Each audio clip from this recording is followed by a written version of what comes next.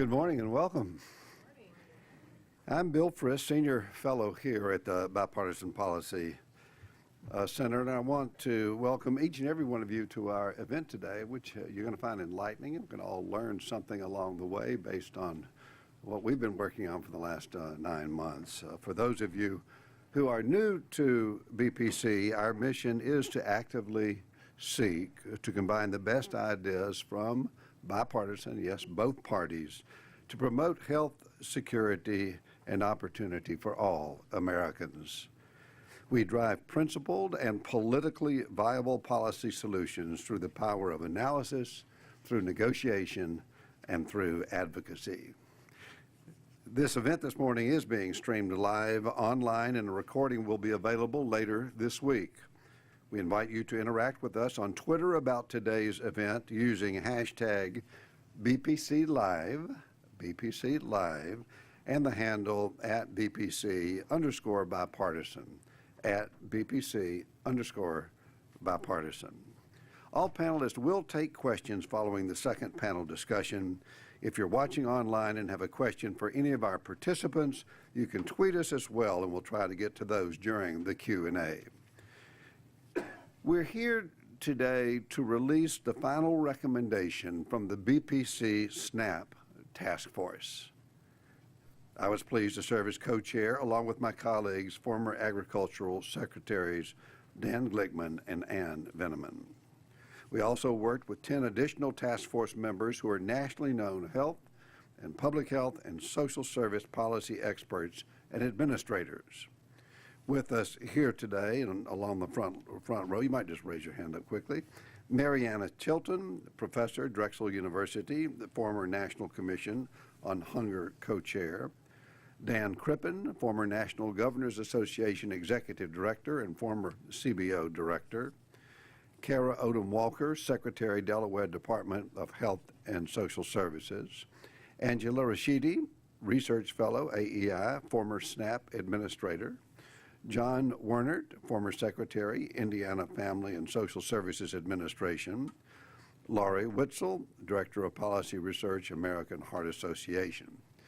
Unable to join us in Washington today, but on the task force as well, Karen DeSalvo, former U.S.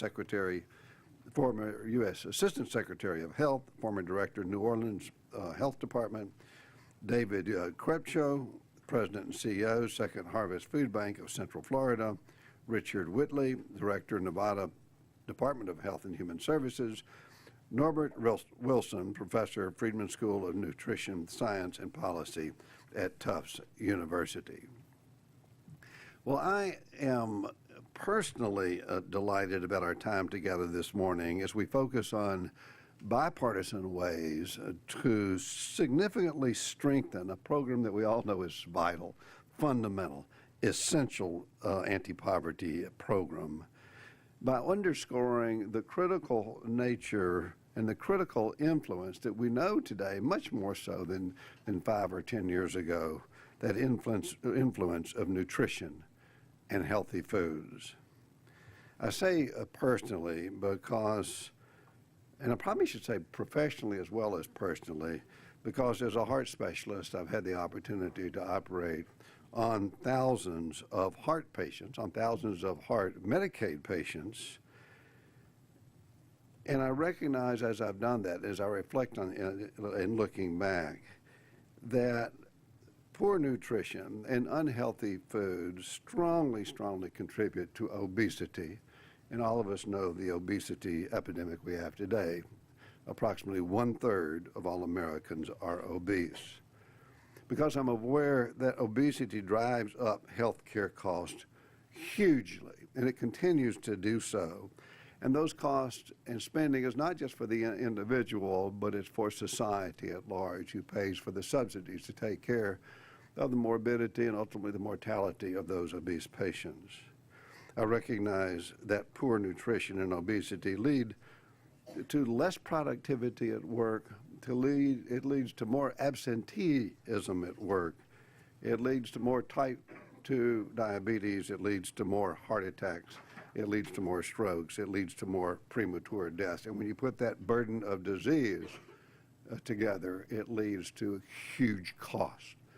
The $3.3 trillion of healthcare dollars that we spent for service today, in large part, is driven by obesity. So two things. Yet America is facing an obesity crisis, and America is facing a healthcare cost crisis. In addition, we know that 65% of all adult Medicaid recipients receive SNAP benefits as well. And while most Americans, I know I could, while most America could stand to eat better, several studies do indicate that SNAP recipients have diets that are slightly worse than similar individuals who are not participating in SNAP. So it was very clear very early on to our task force that we should focus on ways to improve nutrition in SNAP and also better align SNAP and Medicaid with the goal of improving health and at the same time lowering health care costs.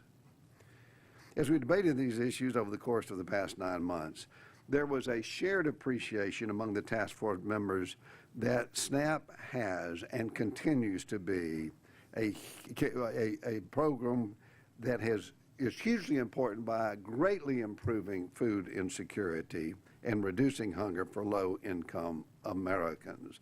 So our mission was not to overhaul SNAP, but rather to focus on bipartisan ways that we could strengthen it and protect it, this essential anti-poverty program, by improving how it promotes nutrition for its roughly 40 million participants.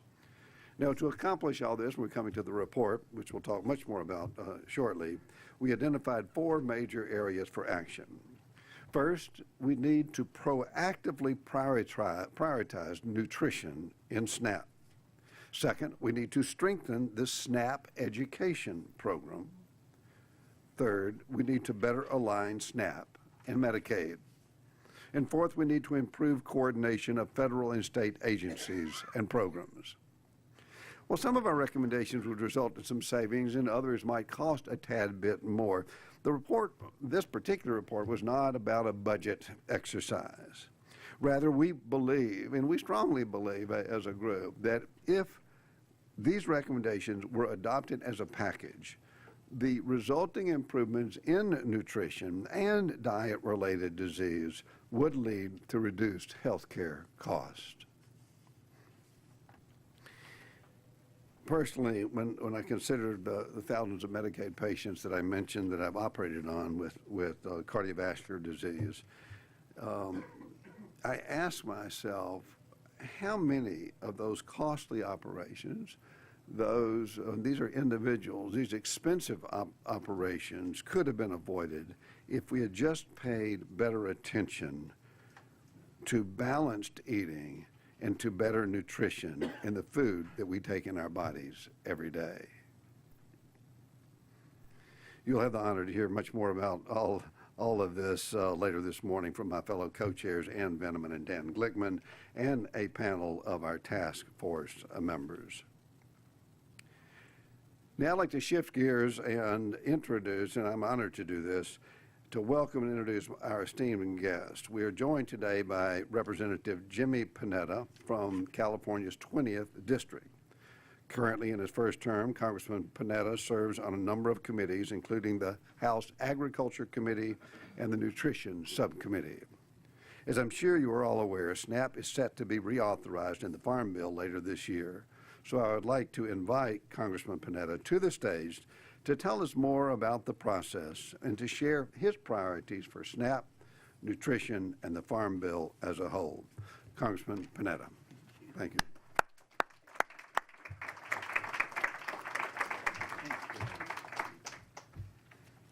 Thank you. Good morning. Senator Frist, thank you very much for that introduction. The Bipartisan Policy Committee, the BPC, thank you very much for this opportunity to be here today and to talk to you about my thoughts about what's going on with SNAP, my time in Congress, But I must first take this time to recognize, obviously, Secretary Veneman and Secretary Glickman.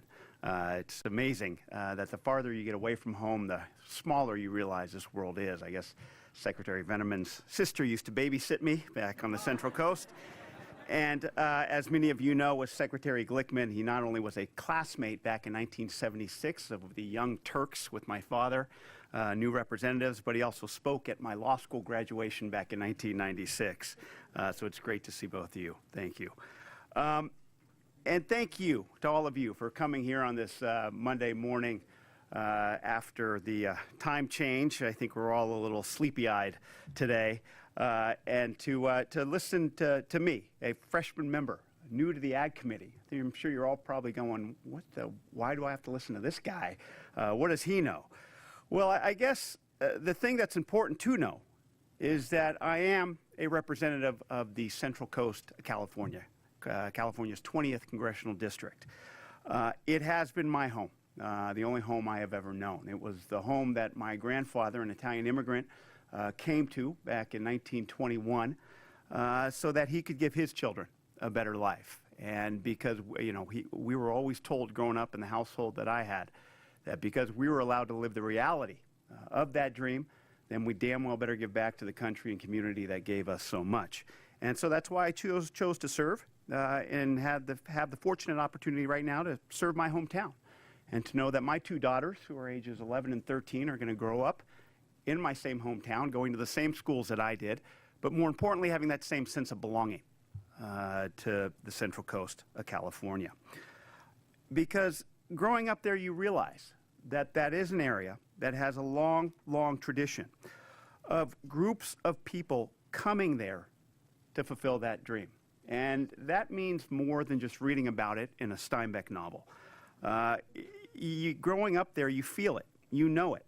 And you've seen that people always came there to fulfill their goals. The Franciscans who built the missions, the Asians who built the railroads, participated in our agriculture, the Okies who were escaping the Dust Bowl, the Italians who ended up fishing there, and as of this late in the 20th century, a number of Latin Americans who came there for a better life.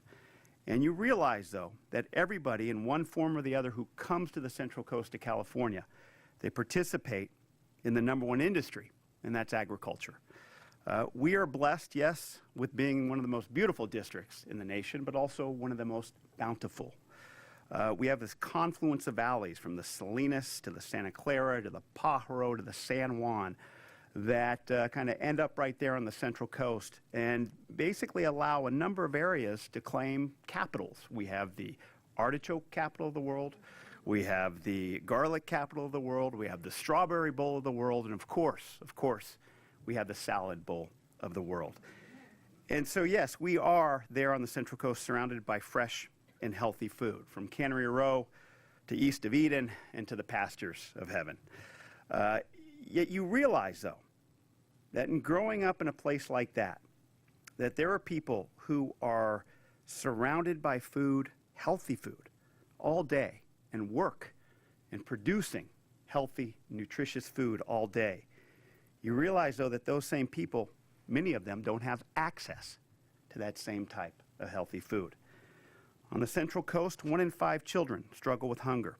15% of the residents on the Central Coast are food insecure. And 65% of that number, 65% are farm workers.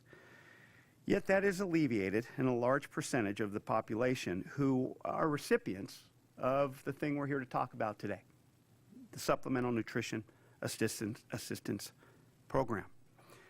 Something that since 1977, Congress has worked across party lines so that all across our nation, from the Central Coast to the East Coast, working families, children, vets, seniors, and the disabled are not hungry. Today, nearly 42 million Americans rely on SNAP benefits for their family's food security. But as we know well, and as you're going to hear throughout the rest of the morning, SNAP also makes people more secure within our communities and allows them to be a part of our country's way of life. For as consumers in America, people need that freedom to make their own decisions for their families for themselves. And with SNAP, I firmly believe that you have that, because we have a program that not only promotes nutrition, it provides consumers with the opportunities for success. Now, as a member of the House Agriculture Committee, and as a member, more specifically as a member of the Nutrition Subcommittee, I do believe that it is our responsibility to ensure that SNAP continues not just to succeed, but to be strengthened. Now, yes, when I first got to Washington, being on the Ag Committee was my number one choice, hands down, based on where I came from, of course, but where I come from, where I represent. But I have to say, and I also heard that being on the Ag Committee, it's a very bipartisan committee. Democrats, Republicans, it's not really a party issue that comes to the front. It's more of a regional issue that people are fighting over. But I have to say I was a little disheartened in the first meeting that I had with Ranking Member Peterson. All the Democrats came together, and he gathered us in a room, and he talked about what happened back in 2014 with the Farm Bill back then. And he said, I have to tell you that if the majority wants to separate the nutrition title from the Farm Bill, then we are not going to have a Farm Bill. I was very disheartened by that conversation. I didn't know what to expect, especially as a freshman member coming into a committee that I wanted to be on, that I wanted to be bipartisan about.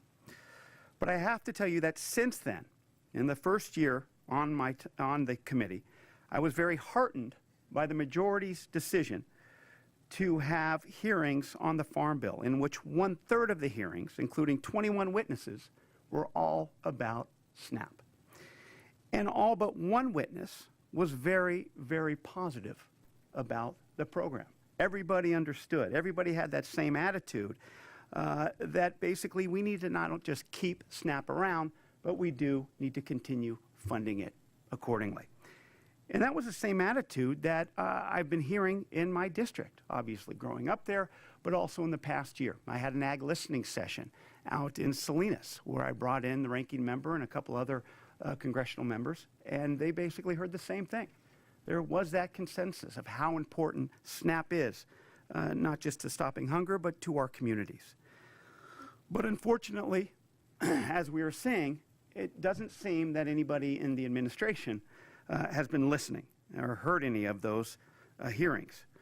Because based on the budget that was put out there, they proposed to cut the SNAP budget by $210 billion over the next decade. And they wanted to completely change the type of food recipients get and how they get it. And that was put forward with this proposal that I'm sure we've all heard about called the Harvest Box. Something that was basically supposed to be a periodically sent out cardboard box filled with cheap peanut butter, canned goods, uncooked pasta, dry cereal, and something called shelf-stable milk. And yes, it wasn't filled with any fresh fruits and vegetables. Secretary Perdue called this a bold idea. OMB Director Mulvaney called it kind of the blue apron of SNAP, I guess. When I heard that, I thought about my wife and I won one of these food boxes for a couple months through a contest that we signed up for. And I can tell you not once did we end up cooking what they gave us. And I can tell you that many of the items they gave us, we didn't even know what the hell they were. And now they're just filling space in our cabinet, unfortunately. And so, but I also kind of thought it through a little bit, and I said, oh, well, something else has got to be going on here. Maybe this is just sort of a distraction. It gets the Democrats so focused on this Harvest Box that we end up giving in on other areas in cuts to SNAP. But I said that to somebody, and they said, no, you're giving them too much credit. And I do believe that because we have not heard about this Harvest Box much lately. Because I do believe that that one-size box to kind of that fitting all approach, it hinders the ability of recipients to determine what is best for themselves and what is best from their families. And this type of idea does not take into account the business lost at supermarkets, at mom and pop corner markets, at rural markets, and yes, at farmers markets. And I do believe that it limits the access to a variety of foods, like the fresh fruits and vegetables that are grown in my district. And I've always thought, and thank goodness I've seen it come to fruition, that my role on the Ag Committee, as a representative of the salad bowl of the world, is not to limit people's options to a box of dry food, but my role is to fight for their choice for fresh food. And so that is why I am a big supporter of the Food Insecurity and Nutrition Incentive, FINI, which I'm sure we've all heard of here in this room. I believe that FINI embodies the benefits that SNAP can provide to many cultures of our communities and also the many facets to our economy. I saw this firsthand in Gilroy, California, the garlic capital of the world. There at the Arteaga's Mexican supermarket, they have been granted one of these FINI grants so that their market can offer SNAP recipients what's called double up bucks. Basically, it allows recipients to use their SNAP benefits for certain fruits and vegetables. You get 2 for 1. You get 2 for 1. It provides incentives for families to choose fresh, locally produced products, and it allowed Arteaga's to increase its sales of those types of products. You realize that SNAP is not just an anti-hunger program. It is an anti-poverty program. That SNAP does help beneficiaries not just eat healthy, but it allows them to get back on their feet and get back out into the community. SNAP education that teaches recipients how to eat healthier and provides them budgeting skills to make SNAP benefits go further. SNAP employment and training programs. They help SNAP recipients prepare for future careers with basic skills-based training and partnerships with local industries. Now, I think we all appreciate that gut reaction about able bodies. And I think we all agree with the sentiment behind giving people a hand up rather than just a handout. And I think that the best anti-poverty program is, of course, a job. But we also know that that is easier said than done. And when you start making changes to and start taking away benefits from a program that touches so many communities and lies across so many cultures, the reaction gets very emotional very, very quickly. I saw this last week in a meeting that I attended, Democrats and Republicans, where we did start to talk about what could be coming down the pike this week with the release of the Farm Bill. And it did get very emotional. But as a former prosecutor, what I saw worked in courtroom is not my ability to stand up in court and claim that someone is guilty. Never worked that way.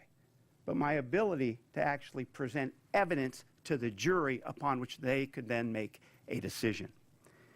And what I have seen, that based on the evidence that has been put forward in the hearings in Congress or in California, and the witnesses I've heard from in the Ag Committee, to my constituents that I've heard from on the Central Coast, I believe that based on the evidence, the best thing that I can do for SNAP is to work in a bipartisan manner to address our hunger at home and to improve the recipient's long-term well-being through educational programs. I firmly believe that SNAP is not just about putting food in people's stomachs. It is about putting knowledge in their heads and giving them the confidence in their heart to step up and step out into the community. Because I've seen, even on the Central Coast, even when surrounded by healthy and nutritious food all day, people need to understand and know what and how to eat healthy at dinner, at night. Because with SNAP, we know that one of the best ways to prevent hunger is to improve the recipient's ability to fight for a job. That's what we need to help them do. And it reminds me of a joke that I'm sure Secretary Glickman often heard my father tell about a rabbi and a priest who wanted to get to know each other better. And so they go to a boxing match. And right before the bell rings, one of the boxers makes a sign of the cross. The rabbi nudges the priest and says, "What the hell does that mean anyway?" And the priest says, "Not a damn thing if he can't fight." We need to be able to give people that will, that knowledge to fight. We must prepare them for that, and I believe that SNAP does that, physically and mentally. It helps recipients stand on their own. It helps recipients fight for their own, and that is why I will continue to fight for SNAP. Thank you.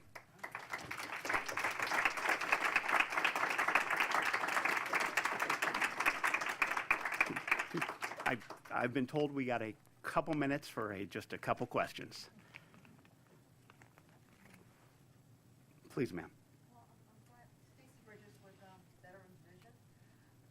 You mentioned the end poverty. Hi, Stacy Bridges with Veterans Vision. You talked about SNAP ending poverty, but there are a lot of military men and women, as well as police officers and teachers, as well as people who work at corporations who are underpaid who receive SNAP. Have you thought about the other thing that's causing obesity too is these antipsychotic drugs that cause obesity or cause diabetes? That could be a factor, as well as cutting gym for kids to go out and work and exercise. Are we going to, I really like your idea about it is an education thing. What are we going to do to team up with education and, you know, smart eating so that people can make the right choices? Maybe a cookbook might be a good idea. Yeah. Yeah, no, I think obviously there are a number of things to take into account in our capacity and in putting forward the Farm Bill and dealing with the nutrition title. It's, I believe right now it's continuing to focus on the education programs. What I can tell you, I admit, I mean, I'm really lucky coming from the Central Coast.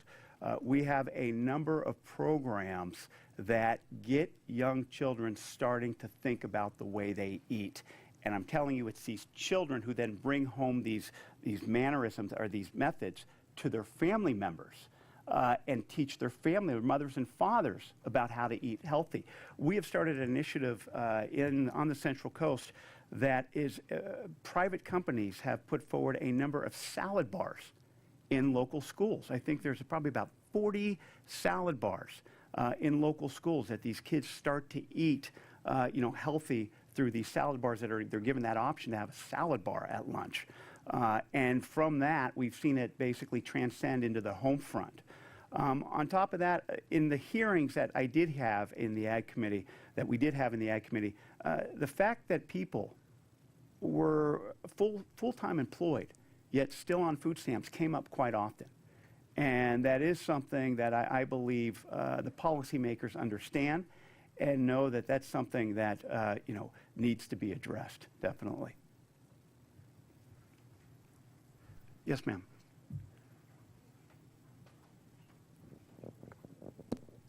Hi, my name's Nora Delury. I wanted to ask you, given that you're from the Central Coast and you talk so much about the so much of our food that is grown is coming from the Central Coast. Much of that food is harvested, harvested by immigrants, and I wondered if you would comment on changes of immigration policy and how that could both impact the food insecurity of the immigrants themselves, their children, but also the rest of us. Thank you for that question. Look, it was interesting when I was prior to being in Congress. I took an ag focus class. Basically, it was a wonderful opportunity for people in the community to actually one time a month get out into our agricultural community. It was great. And during that time, California had been enduring a very serious drought. And you thought, being in this area on the Central Coast, that water might be the #1 issue. Not at all. Back then, and even worse now, the #1 issue in facing our agriculture producers right now is the lack of immigration reform that unfortunately has not gone on here in Washington, D.C.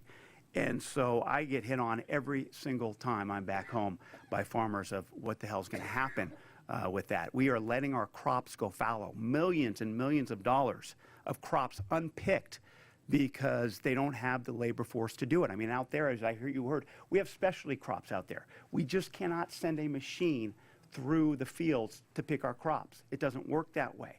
We have crops that literally go from the field into the cartons, to the shelves of the store, into my daughter's mouths. And so you need that human sight, sense, touch to understand what's going to be aesthetically pleasing, what's going to be healthy to the consumer. And unfortunately, we've relied on an immigrant workforce to be that, those workers, to do that job. Yet with the shrinking and aging workforce that we have now, it's clear that this is a problem. It's clear that immigration reform needs to be done. The last time it was done, 1986, under President Ronald Reagan.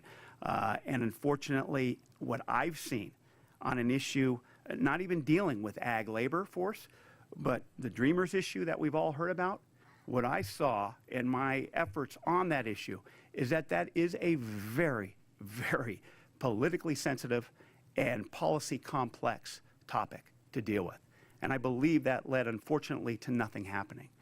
But I just hope that people continue to get the word out of how important it is, obviously not just for the Dreamers, but for our communities, for our economy, especially in ag. But I think there's a two-way approach here. One, yes, is immigration reform, but two is mechanization. I hate to say it. These types of crops are very difficult to mechanize, but you're seeing the Salinas Valley extend that bridge over to the Silicon Valley, which is just north of us, and start these sort of ag tech research projects, privately funded research projects. And so we are seeing machines that can kind of pick strawberries are getting there. It's very, very difficult.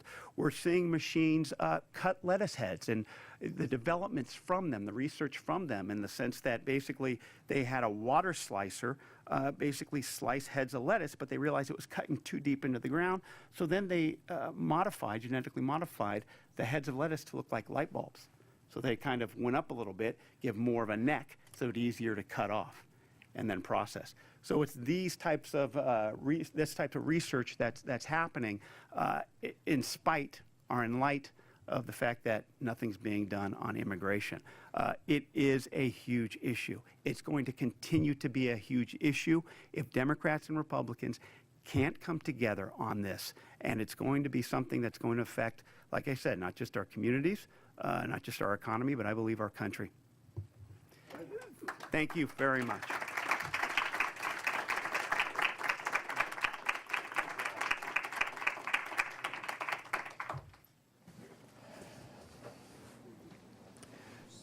Thank you, Congressman. Secretary Glickman, Secretary Vinland. Okay. Good morning and welcome again to the Bipartisan Policy Center. Thank you very much, Congressman, for your comments. Thank you, Senator Frist, secretaries co-chairing this particular task force, and all the task force members here. This was an exercise in love, but also it was a little difficult exercise, and we have some controversial proposals to discuss. For the audience, I'm going to have a short discussion here with the two secretaries. They'll leave the stage. The task force members will come up here. They'll go through their panel, and then the two secretaries will rejoin the panel for any questions that you might have going forward. First, before I begin, and the Congressman just left, but can we just, do you have any reaction to, I didn't want to, I want to say the elephant in the room, or the elephant, hit the bipartisan policy, the elephant and the donkey in the room here. I wasn't going to go there, but maybe we should just get the harvest box out of the way real quick. Before we get into the recommendations, you want to make any comments, either of you? Sure. Well, I think Congressman Panetta really addressed this issue quite significantly, in that, the practicality of it is a real question.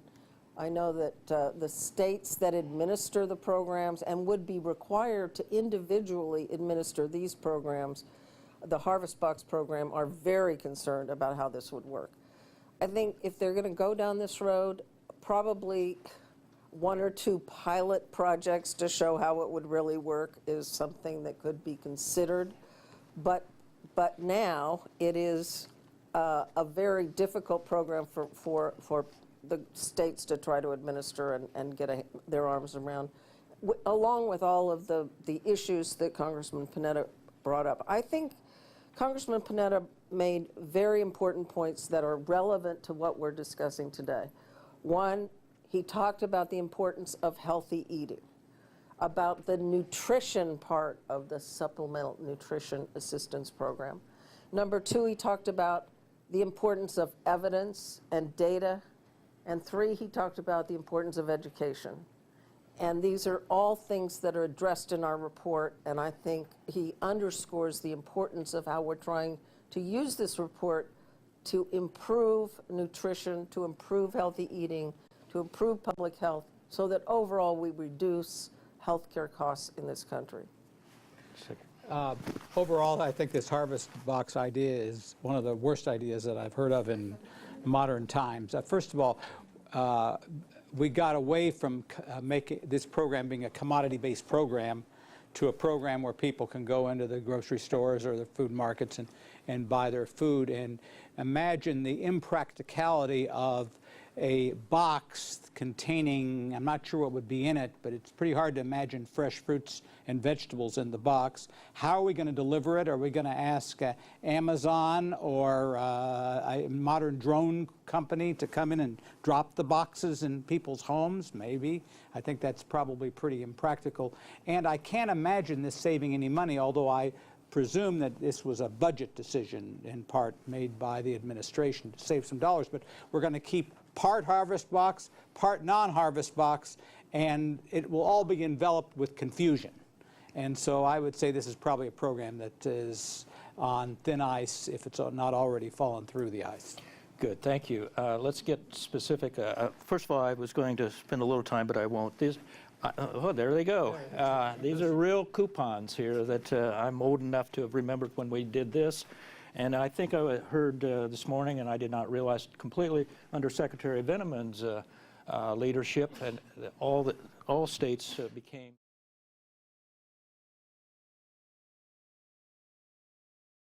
work there at USDA to be complemented as we moved to a more electronic way and moving technology. But we do have some recommendations there. First of all, let's say there's well over, I think, 15 specific we're not going to have time to go through all of them. Some will be covered by the next panel.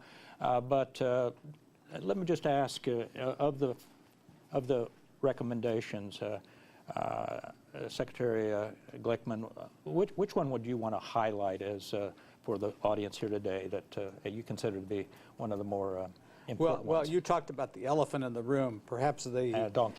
donkey. Okay, all right. Okay, I'm thinking we got to keep this bipartisan. perhaps another large animal in the room is the issue of sugar-sweetened beverages, and our feeling is that we think the Department of Agriculture should have the authority to go through all the evidence, because it's an evidence-based decision, and decide which beverages in that group have virtually no nutritional value to them, and they ought to be eliminated from the SNAP program, as are some other things like hot meals and alcohol and tobacco and other kinds of things. That's going to clearly be a large animal in the room, because it's controversial for a couple of reasons. Some people think that makes people recipients on SNAP second-class citizens because they can't choose to buy sugar-sweetened beverages. But the evidence led by Dr. Frist, who's done so much work in this area, if anybody can know what's inside a human body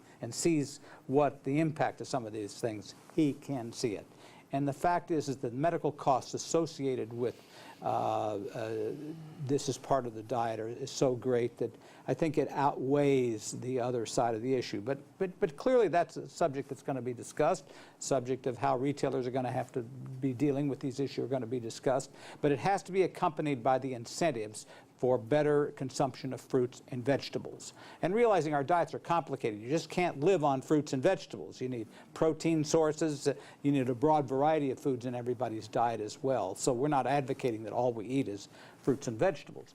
But the fact is that the evidence is pretty clear here, and I think that's probably going to be the largest issue that we're going to have to deal with, as was your commission that had to deal with that same issue. Madam Secretary?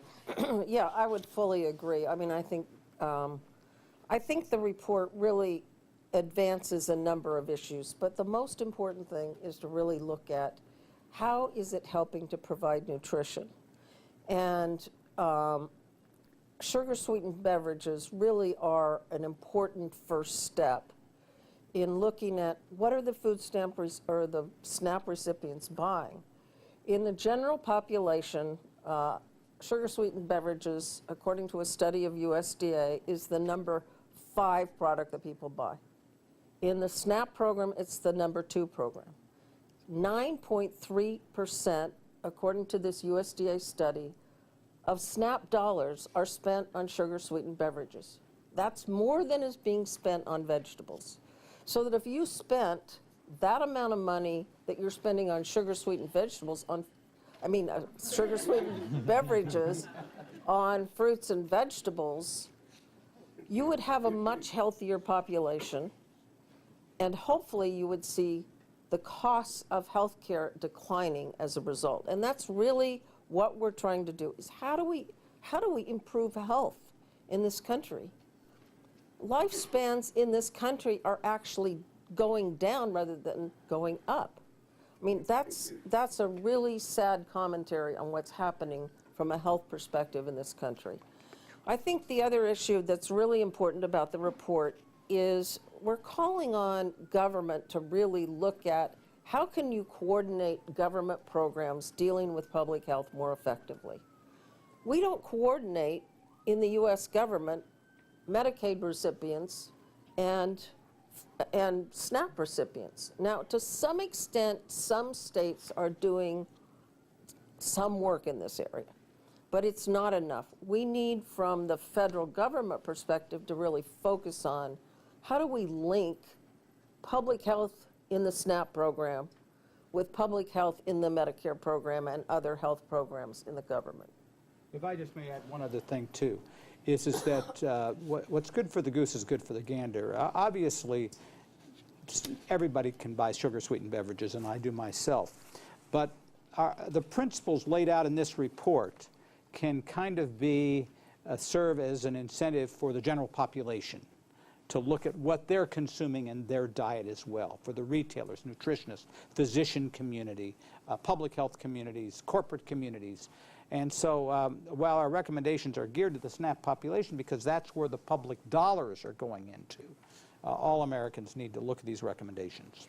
It was my last boss on the Hill, Dr. Frist, who called me about 2 years ago and said, what's this organization doing about linking up our federal food programs with the growing cost of health care in this country.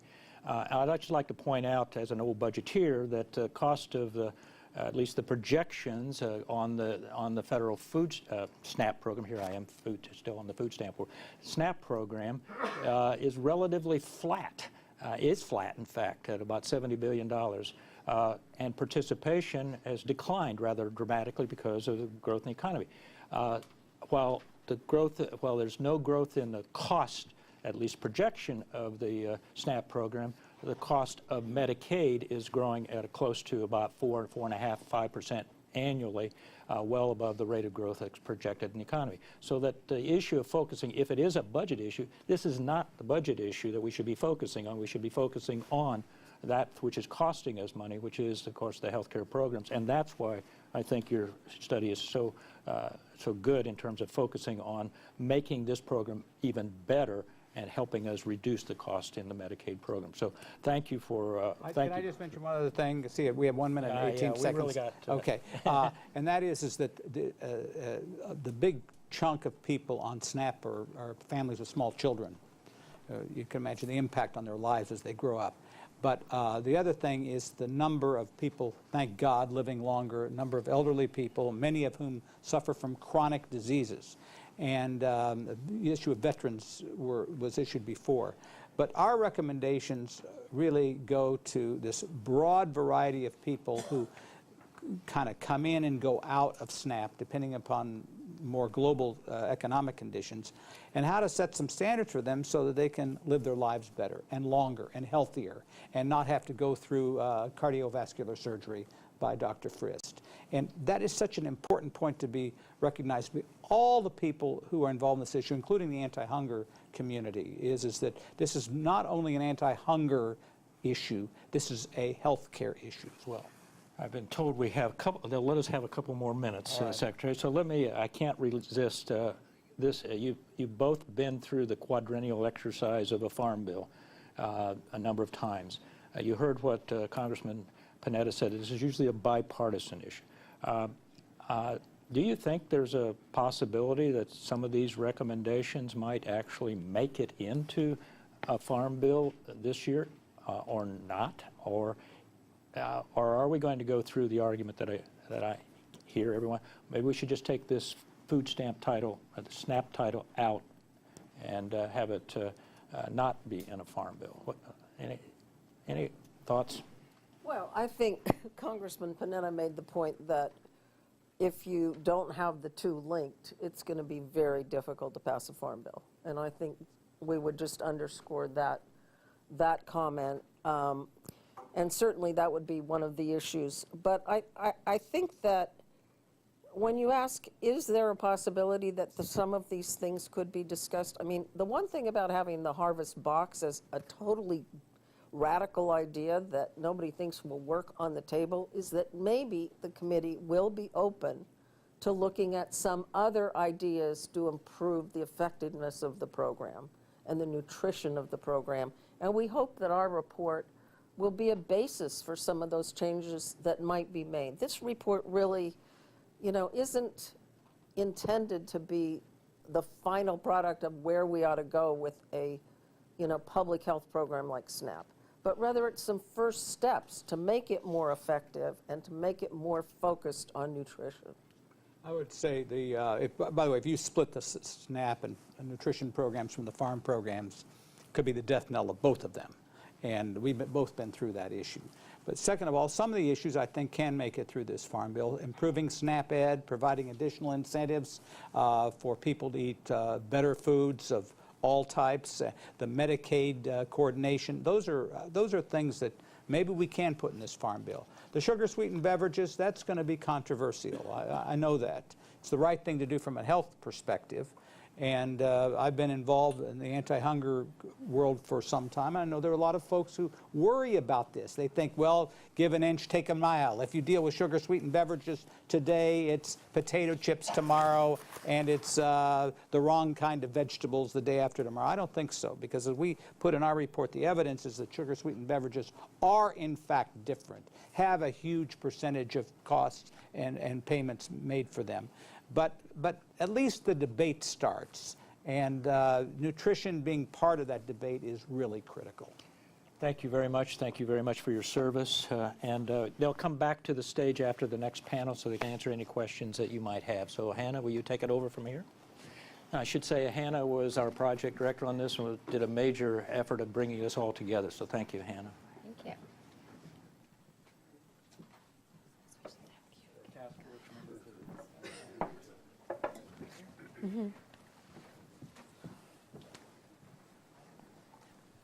All right. Oh, thank you, everyone. You all have bios for these panelists, hopefully in front of you. So just for the sake of time, I'm going to run through them really quickly. We have Mariana Chilton here, professor at Drexel University. We have Dan Crippen, former director of CBO and former executive director of the National Governors Association. We have Dr. Kara Odom Walker, who is the current Delaware Department of Health and Human Services Secretary, and then Dr. John Wernert, who is the former Secretary of Family and Social Services from the state of Indiana, and you served in the Pence administration.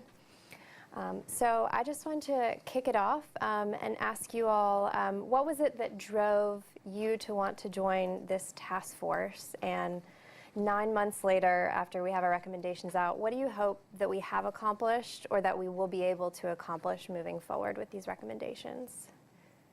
I'll jump in. I joined the task force for 3 reasons. I was, as a public health professor, I tend to think of any kind of program that helps people who are poor and struggling as a public health program. It's an opportunity to create, in terms of public health, we think about creating the conditions where people can be healthy. And from my perspective and from my research perspective, on SNAP, it creates the conditions in which people can create a healthy choice. The second reason is I served on the National Commission on Hunger. I was the co-chair. That work was really tremendous. I wanted to be able to carry it forward, and I hope we can talk about some of those issues as well. And thirdly, because of my own research, I do a number of research studies in Philadelphia and really around the country about the importance of SNAP and its impact on the health and well-being of young children and their caregivers. And what I have seen firsthand and also through our numbers, I see that SNAP is an incredibly strong program. It protects young children from hospitalizations, improves stress, or it reduces stress in families and really helps to improve well-being. And I hope that we can talk more about that. And that's what we have been able to do in this report. There are lots of really great recommendations, and it really does establish SNAP as a strong program that has a great public health impact. As a retiring budgeteer, I guess, I still have my card for the Green Eye Shade Society. I got interested long ago, and Bill knows better than I, that if we're ever going to address our federal fiscal issues, we're going to have to address health care. And it's Medicaid, Medicare, but it's also federal employees and veterans and all kinds of things. And so as I got more familiar with Medicaid, which was part of what I wanted to do to learn more, it became clear that we've tried lots of things to control healthcare costs, from global budgets to bundling to all kinds of things, and they may all have some good effect, but they haven't certainly bent the curve. And so I began to learn that nutrition was increasingly a piece of this puzzle. We have to give people better health if we're going to save healthcare dollars, not so much control the payments or other things. At least we haven't proven that. So I took this as a great opportunity to learn more about nutrition and its effect on health, and with the help of my colleagues on the panel, did exactly that, and how strong the evidence is between nutrition and health, and how strong the evidence is on sugar-sweetened beverages and health. And so, again, I learned a great deal. That's what I had hoped to do and certainly did. Hi, everyone. So there are two reasons why I was excited to join this task force. One, I'm a family physician who has served underserved communities and minority communities for most of my career, and felt like there were so many opportunities to better serve people by merging these two programs. And we do it in other places, and if we could really just have greater flexibility to focus on health in healthcare settings and address costs. My state is suffering from the consequences of growing rates of obesity and childhood lack of access to nutrition. We have 30% of people in our state who are obese, and that leads to higher costs. Our state has the third highest per capita healthcare costs in our nation right now, and a lot of this is linked to the poor opportunities we have to really merge policies across SNAP and Medicaid. So I thought that was a very unique opportunity.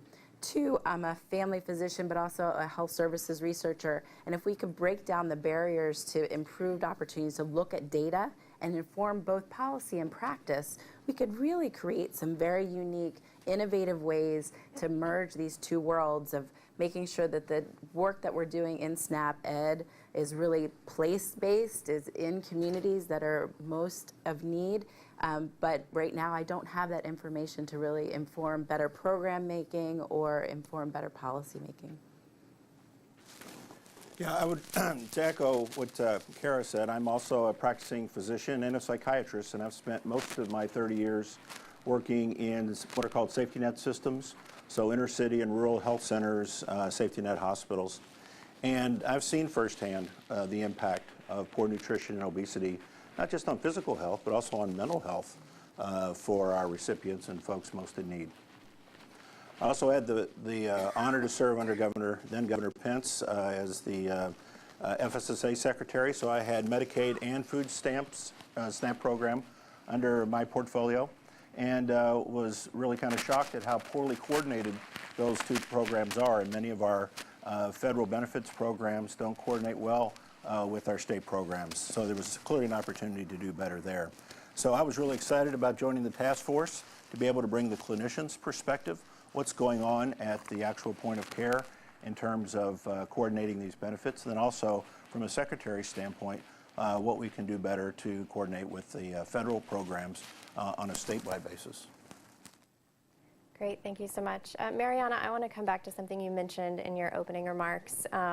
This is actually not your first time looking as part of a bipartisan task force at SNAP. You were the co-chair of the National Commission on Hunger, a congressionally commissioned group of folks. Could you lay out for the audience some of the similarities, but also some of the differences in what you all looked at as a group and then what this group looked at? Yeah, I think what I'd like to focus on, when I was the co-chair of the National Commission on Hunger, and you can find our report if you search National Commission on Hunger or Freedom from Hunger, an Achievable Goal for America. In our commission, we were focused primarily on the root causes of poverty, and we were focusing on food insecurity and hunger. And of course, we brought in a number of many different issues: access to affordable housing, access to jobs, well-paying jobs, family structure, those kinds of things. I think where we really align with the task force, the work of the task force, is really focusing on health and nutrition. And the two most important recommendations in this report that I think are very aligned with the National Commission's report is, of course, restricting access to sugar-sweetened beverages, which we know are very bad for health and well-being. But also creating, as a part of that, you can't think about restricting sugar-sweetened beverages unless you're also thinking about incentivizing the purchase of fruits and vegetables. And what that gets to is not only does that help to improve people's choices and improve people's health, but it gets to another underlying issue in SNAP that concerns, I think, all of us in the room. And that is that the research has shown, and we know from people who are on SNAP as well, that the SNAP allotment, the benefit amount of SNAP is actually quite low. And what it does is it forces people to make certain choices. And I can explain that to you also from my own research with families living in Philadelphia. I do a lot of qualitative work and quantitative research. But I've been in people's homes. I've seen how they make choices at the grocery store and the supermarket. And really there was a time when we were really thinking about the forced choice that families have to make when they're on SNAP. And that is, I think, exemplified by a woman named Angela Sutton from one of our programs called Witnesses to Hunger. And she says, Mariana, I know that eating wheat bread is better for me and better for my children. But when I only have a certain amount of dollars, of course I'm going to go for the white bread because it's cheaper and that allows me to stretch my food dollar.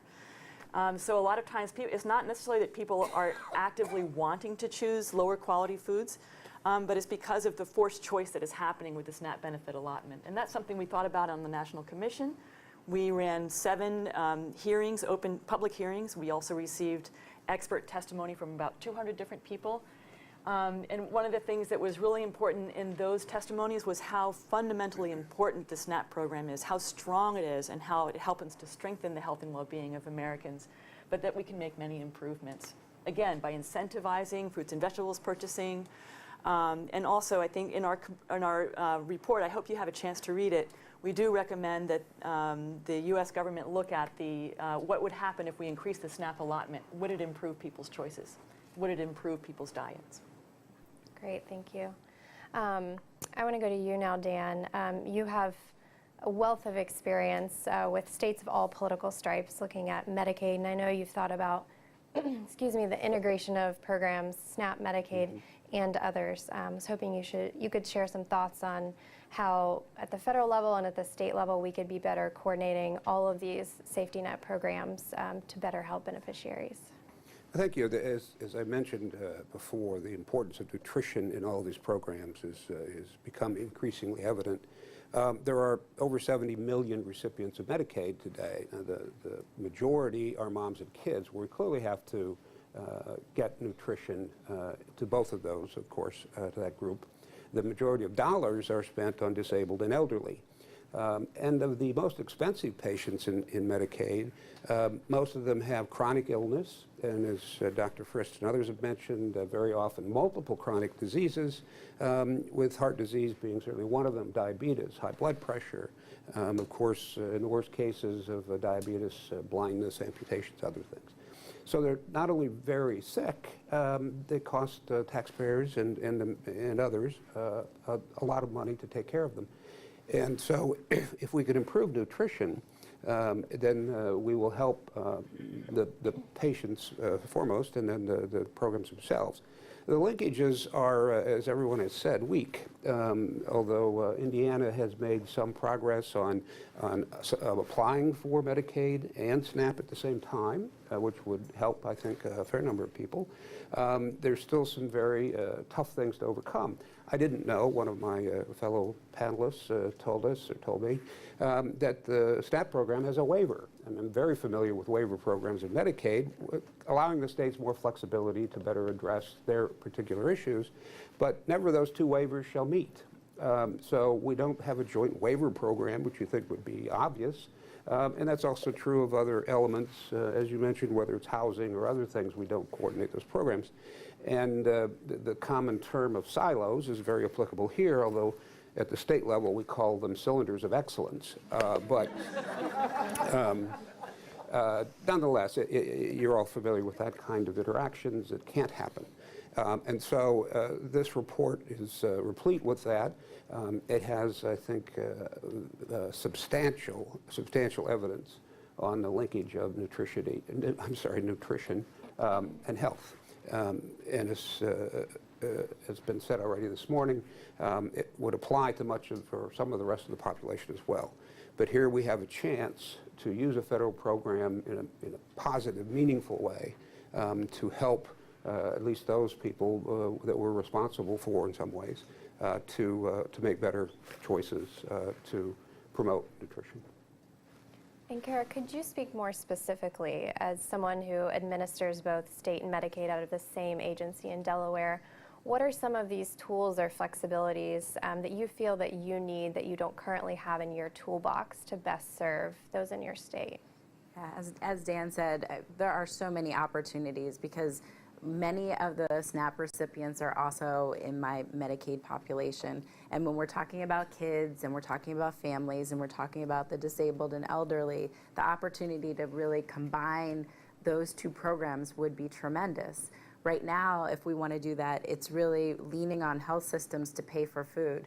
But we could use Medicaid dollars and SNAP dollars to create healthy programs that are tailored to people who have diabetes or chronic heart disease or other conditions that would really benefit. I can't tell you how many times as a practicing physician, I'd have a patient in front of me who had congestive heart failure, and I'd say, lower your salt, see how much you're eating. We'd go on a home visit, and you realize they're stocked with canned goods that are shelf stable, but have lots of salt. So these are the kind of opportunities to really say, within that Medicaid population, how do we create food programs, health programs, do cooking classes for them that will really lower rates of consequences long term. And we've seen this in research studies where education around nutrition can actually reduce the burden of diabetes more effectively than medications. So I think that if we could have flexibility to either create joint waiver programs, to administer the programs together. Right now, my teams are in the cylinders of excellence. They don't coordinate. They're not allowed to share information. They can't even know who is in one bucket of funds versus another. And the administrative reporting discourages it. So I think that's a huge opportunity for states. Additionally, the data sharing, I have to plug this because if states could have additional flexibility to really focus on sharing information, that we could focus on social determinants of health, not just that we're spending a lot in Medicaid, but that we also are spending a lot in housing dollars, in what we're doing around SNAP, in what we're doing around some of the other social services, and whether it's TANF, we could really combine some strategies that focus on health holistically and the whole person and the whole family in a way that would really make a bigger impact. Because we know that what we spend in the healthcare dollar, only about 10% of it is what we're doing in the healthcare setting with prescriptions and treatments and surgeries. Everything else really affects it. That 90% of the pie could be influenced through real strategic opportunities to leverage these dollars in a more effective way. So I think that those recommendations in the report are tremendous, but as the secretaries mentioned, it requires a little bit of work to make sure that the right committees are meeting together, because some of these waiver authorities are not just in the Farm Bill and not just with the Ag Committee, but we really need joint committee hearings as well to pull people together to say, okay, if you're looking at what happens in CMS waivers for your 1115 Medicaid waiver, you need to combine that with how you think about SNAP waiver authority. I think you have the hardest job of anybody on the panel, and probably anybody in this room, trying to take care of Medicaid patients in a meaningful, combined way. Federal programs often make that more difficult than they should. And John, I welcome you to reflect on any of the points that Kara just made or your experience as a physician and what could help you as a practicing physician help your patients. Yes, absolutely. Well, of course, data and education, and people use those terms kind of loosely, but you heard the congressman say earlier, what's the education, what's going into the recipient's mind? I would also speak for what's going into the provider's mind, because at the point of care, we ask a lot of our primary care providers, particularly when they're taking care of at-risk individuals with multiple disease processes. You know, they're worried about meaningful use and completing the EMR and making sure they check the prescription drug monitoring program. All these requirements don't really leave a lot of time to be talking about sleep hygiene, nutrition, all the things that really do matter, those social determinants that Kara was talking about. So I think the data that we give our primary care physicians, particularly in community health centers, needs to be, whether in the task force report refers to store data, but also at least having some indication of what the patients are actually consuming, because it does profoundly impact their health. And so the data is important, but the education, I would dare say, most of the providers out there have a very superficial understanding of what the SNAP program is really about. And the SNAP Ed portion of this, passing out brochures at community health fairs is okay, but very little of this education is actually happening in community health centers or in FQHCs, where the vast majority of not just Medicaid, but SNAP recipients receiving their care. All right, so I'm getting the hook over here as well. I just want to give you very quickly, each one of you, taking with what we've done today over the last 9 months, if you could look 2, 5, 10 years down the line, what are some issues that you think we should be looking at next? What are next steps for this? And we can start down there with you, John, and come back the other way. Sure. I agree with Dan completely. We need this idea of portfolio budgeting, being able to take any of the programs related to nutrition and to health and budgeting those in a more global way. At the state level, that makes a whole lot of sense. So giving the states the flexibility to start looking at portfolio budgeting for health and nutrition would be a huge step forward, and something that I think states like Indiana and most of the Midwest states would gladly take on. I see the future as really embracing technology, and whether it's talking about how we pay for things and track things. I mean, our stores have information about everything we do and purchase, right? They're feeding us coupons when we make purchases. Well, those same ideas and ways that we can leverage technology should be embedded in policy making. We don't have that information at our fingertips when we're trying to figure out what segments of the budget should be shifted towards better health education, towards better health. And I think that's a huge opportunity. People are using their phones, they're using the smart speakers. There are so many innovative opportunities to really leverage the data that we have and feed in tools around choices that we make subtle nudges when we're shopping in stores. And I think that is really where the future needs to go. I think there's not only a great body of evidence that we've cited in the report on the linkage between nutrition and health, other things. That education, that knowledge is going to spread. Certainly as of 10 years ago, I didn't understand as much about nutrition and health, and I think others are beginning to learn that. We see more and more written about it, both in the kind of the popular press, but as well as in scientific journals, in health journals. We're now seeing articles. So I think over the next few years, we need to do what we can to expand that knowledge, and that's one of the reasons we suggested in the report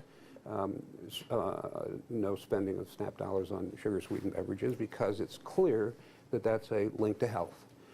And we just need to make, I think, that education more clear, and a lot of people will respond, including SNAP recipients. And we need to, of course, make sure they have the options of getting nutrition.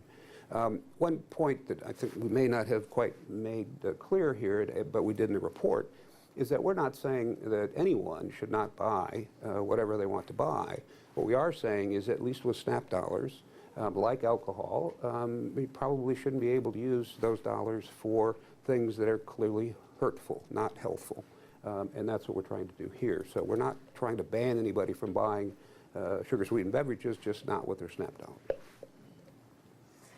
I agree with everything that's been said, and I think that what makes it so exciting with the Farm Bill, whether it's this year, next year, or when it is in the future, is that we have been able to help people get focused on SNAP as a health program. And I think it could serve as a model for any other kind of large bill that's coming out on the Hill, whether that's dealing with veterans, with people who are aging, our seniors, whether that's with TANF, temporary assistance for needy families. What it does is it helps us to see that there's health in all policies. And those of us who are thinking about public health and the well-being of young children and families and of our elders, I think if we can see all times that policymakers are working on the Hill, that they are having an impact on health. And this is one of the first steps in doing that.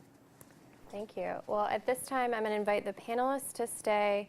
I'm going to move over to the podium. The secretaries are going to rejoin us. If you have any questions, please raise your hand. We have a couple of roaming mics, and so wait for the microphone to begin your question. And I just want to note that we also have task force members Lori Witzel and Angela Rashidi in the audience, and so they can also answer any questions during this Q&A. Secretaries?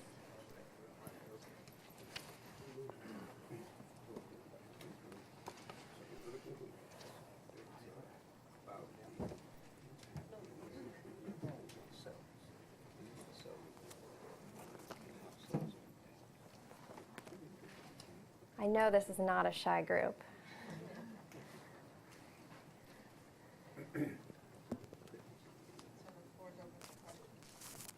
Hi, I'm Deborah Beckman. I guess you guys have talked a little bit about what of your recommendations you think like Congress might be more open to. I was curious if you kind of have thought about or considering sort of a strategy for dissemination to Congress or the administration, and what that might consist of, if so.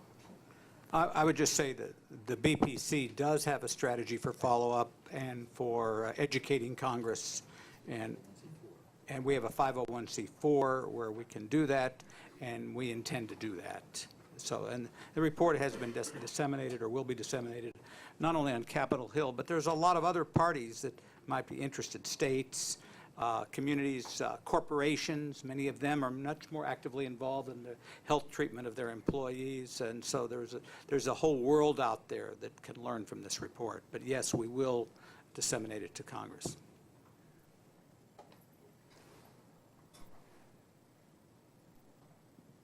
Hi, Andre McAdams.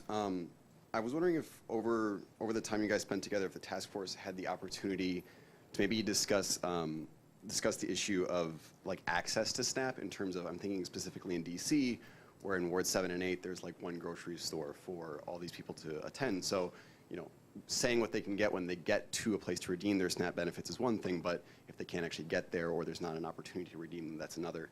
And then I'm also wondering if maybe over this time, we talked about how Harvest Box might not be the greatest opportunity, but maybe that there's been a lot of studies done and pilot programs done talking about medically tailored meals and about how, especially with Medicaid, there's a subpopulation that we talked about, like super utilizers, and how that chronic population might benefit more from medically tailored meals that can really help them improve their health. So I wonder if either of those things were talked about. I can jump in on the medically tailored meals, and that we did talk about also access to good grocery stores and supermarkets as well. In terms of the medically tailored meals, in terms of the National Commission report, we had some strong recommendations there that Medicaid and Medicare should be providing funding for medically tailored meals for people who are nutritionally at risk, for people who have diabetes or cardiovascular disease. And we know that that actually directly reduces healthcare costs, and that's something that we ought to be looking for in the recommendations in this report in terms of looking for waivers where that can be accomplished. So yes, we did discuss that, especially in a very targeted approach to those kinds of meals where people can get meals brought to the home if they're homebound or if they are very ill. I don't know if anybody else wanted to talk about access to grocery stores and things like that. We didn't discuss it great length. Yeah, we talked about it a little bit. Obviously, it's very important for some urban areas and obviously rural areas. And so we talked about access as being another piece of this.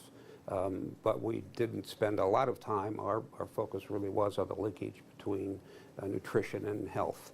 and how we might improve programs to get better nutrition, the federal programs. And there are, of course, other programs out there that come to play a lot, Meals on Wheels and other things that can be coordinated. And Double Up Bucks, which are now part of the Farmers Markets program.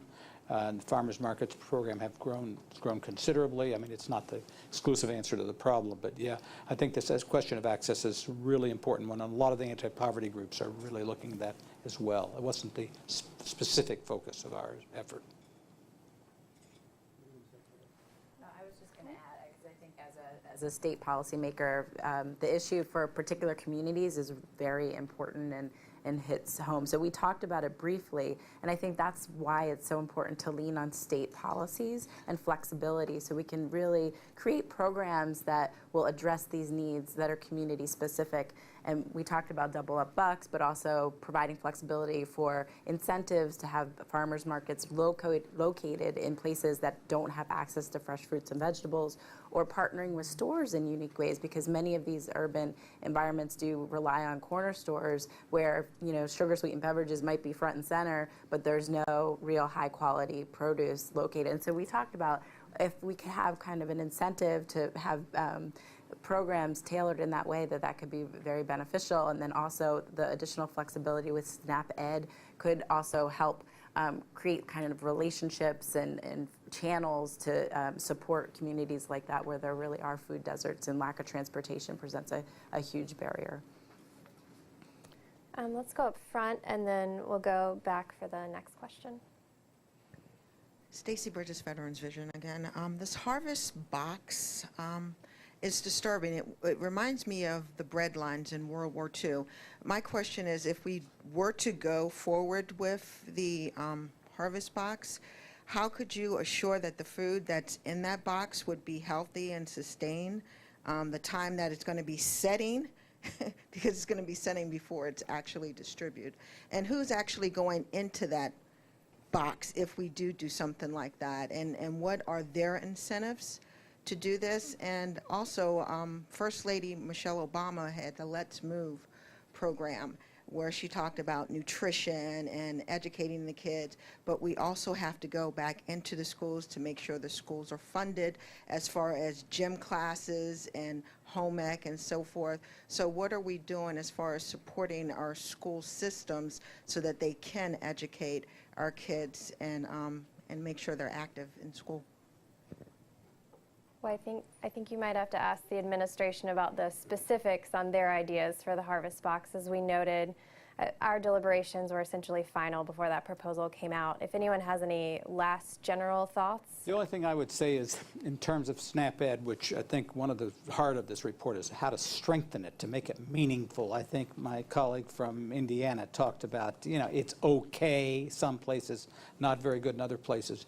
We didn't really talk about the role of the media, the role of marketing and advertising, the amount of food that's marketed and advertising still to children, the number of people, lower income people who watch a lot more television than maybe the general population, what's advertised there. I mean, there are so many factors that go into this issue of what people eat.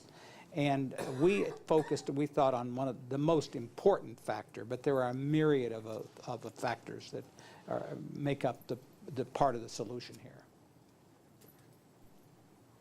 Hi, good morning. Nancy Brenowitz-Katz with the Alliance for a Healthier Generation. This is kind of back to the previous answer, Dr. Odom-Walker. You started talking about stores and offering healthy foods. I have recently been learning more about SNAP and started to learn more about the SNAP stocking requirements, and how, although we want lots of healthy foods in stores for SNAP participants, they're very complicated for store owners to implement.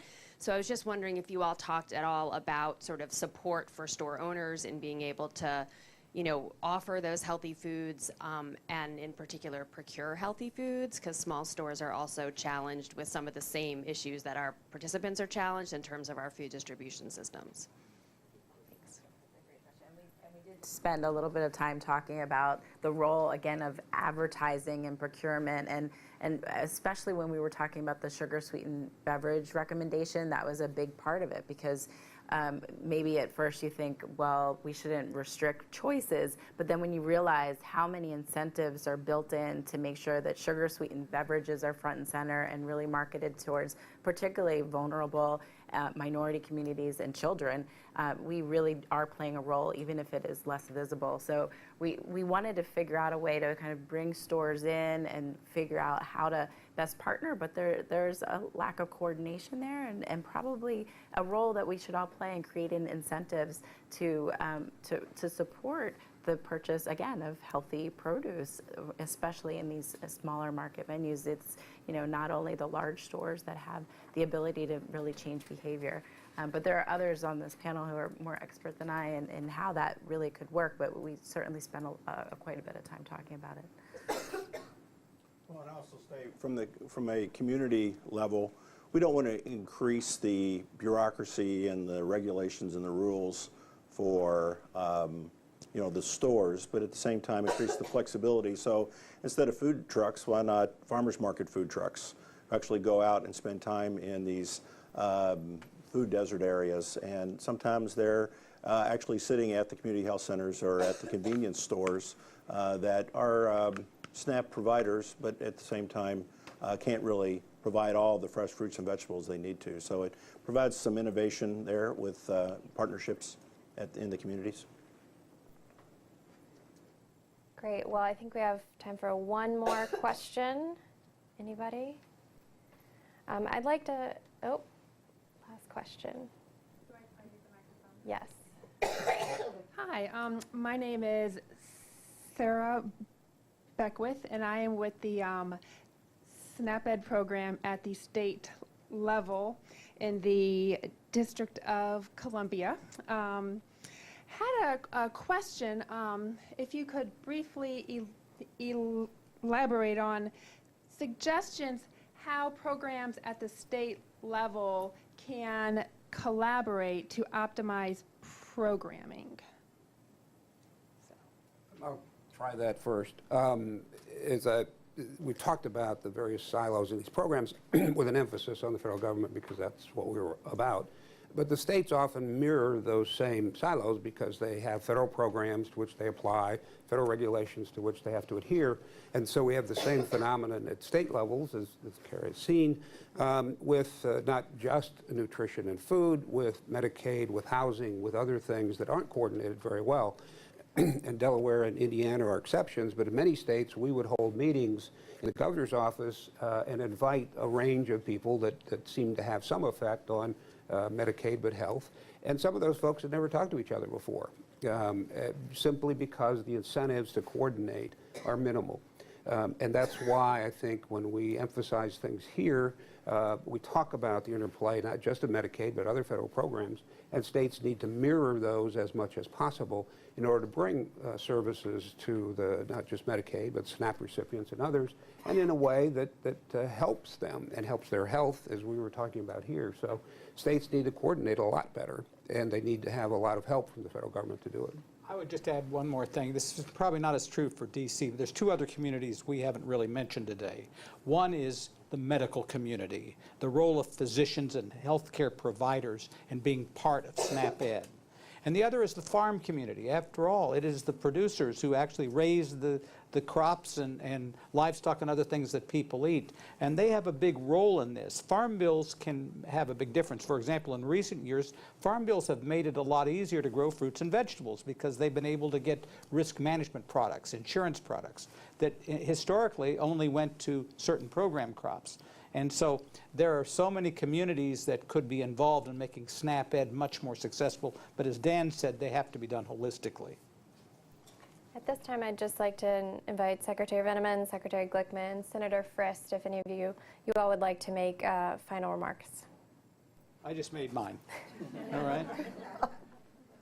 Well, again, I just want to go back to something I said in the beginning, and that is the importance of really looking at SNAP as a public health program, not just a food insecurity program, because we know now that it's not just about calories, it's about nutrition and it's about nutrients. And we're seeing this in the healthcare system all over this country, that we have more non-communicable diseases that are costing us more and more in terms of the population generally. But when we have an opportunity to spend dollars out of a federal program like SNAP, let's make sure it's being done in the most effective way possible, providing the biggest health benefit that we can possibly get.